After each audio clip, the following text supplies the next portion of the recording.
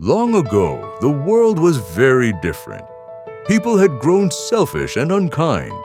They lied, they fought, and they forgot how to care for one another.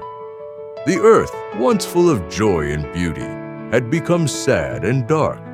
But in the midst of all this, there was a man named Noah. Noah was different.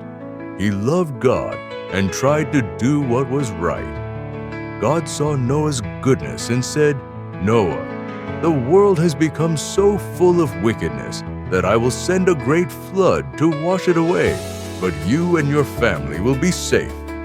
Noah listened carefully. God gave him special instructions. Build a huge ark, a giant boat, big enough to carry your family and two of every kind of animal on earth. Now, imagine this. Noah wasn't a shipbuilder. His neighbors laughed at him. "Why are you building a boat on dry land?" they asked. But Noah didn't argue. He just obeyed God. Every day, hammering and sawing, the ark slowly took shape. It was massive. It seemed impossible to anyone else, but Noah trusted God. God gave more instructions. Bring two of every kind of animal, male and female, and take enough food for all of you. Noah did exactly as God said.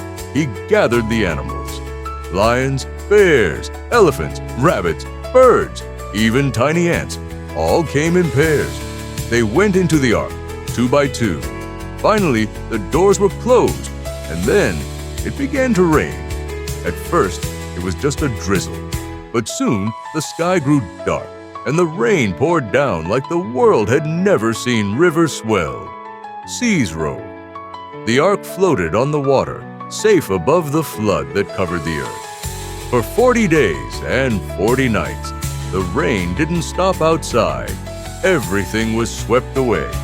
But inside, Noah, his family, and all the animals were safe. During this time, Noah's family learned many important lessons. They learned patience, teamwork, and trust.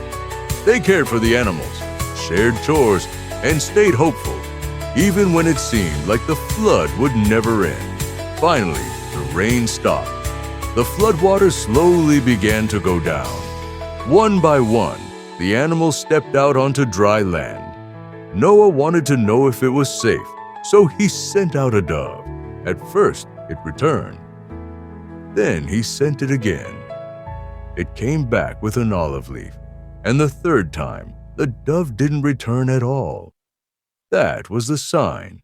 The earth was ready for life again. Noah and his family stepped out of the ark. They thanked God for protecting them, and God made a promise. "I will never again destroy the earth with a flood. As a sign of this promise, I give you the rainbow."